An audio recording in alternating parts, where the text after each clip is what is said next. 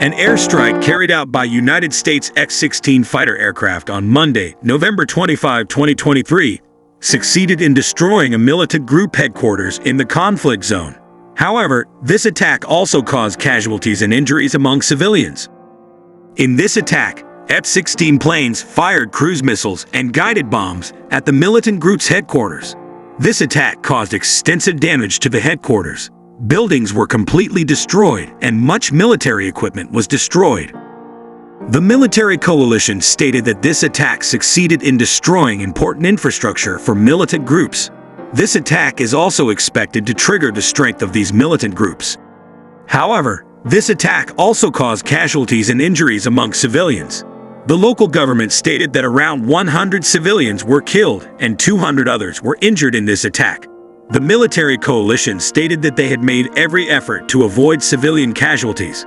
However, they acknowledged that these airstrikes could not be carried out without the risk of civilian casualties. This airstrike was one of the largest airstrikes ever carried out in a conflict zone. This attack shows the military's overall determination to end the conflict in the region. This air attack received mixed reactions from various parties. The militant groups targeted by this attack condemned the attack and called it an act of terrorism. The local government also condemned the attack and called it a violation of international humanitarian law. The local government demanded that the military be responsible for the civilian casualties suffered in the attack. The military coalition stated that it would carry out an investigation into the attack.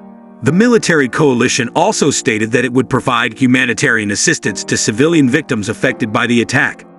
This airstrike is expected to have a significant impact on the conflict in the conflict zone. These attacks are expected to increase the strength of militant groups and increase pressure on them to surrender. However, this attack is also expected to increase tensions in the region and increase the risk of open conflict between the military coalition and militant groups.